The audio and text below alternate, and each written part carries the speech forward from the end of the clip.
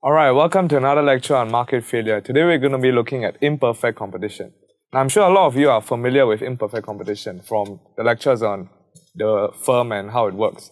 But basically today we're going to be looking specifically at the effects of that market failure, which is imperfect competition.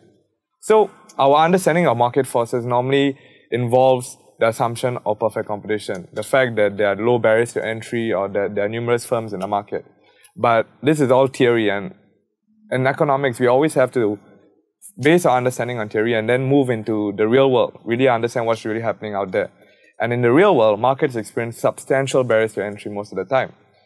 Now, these barriers to entry can be either natural or artificial, but the point is that they cause imperfect competition in the market. And this causes the individual firms' demand curve to be downward sloping, as seen here, compared to the demand curve of a firm in a perfectly competitive market.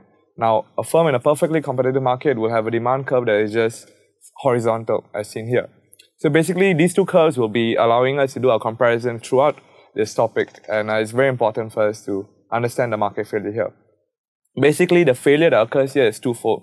The first failure is allocative efficiency, and this occurs due to the diversion of resources away from what society deems to be the optimal level of production of that firm's good. Basically, society wants more of the good, but it's not getting it. Right? The other market failure is productive inefficiency. Now, this is from society's point of view because the firm is not producing at its minimum efficient scale, and this occurs due to the profit maximizing nature of the firm. So we'll be looking into this in more detail in the next few points.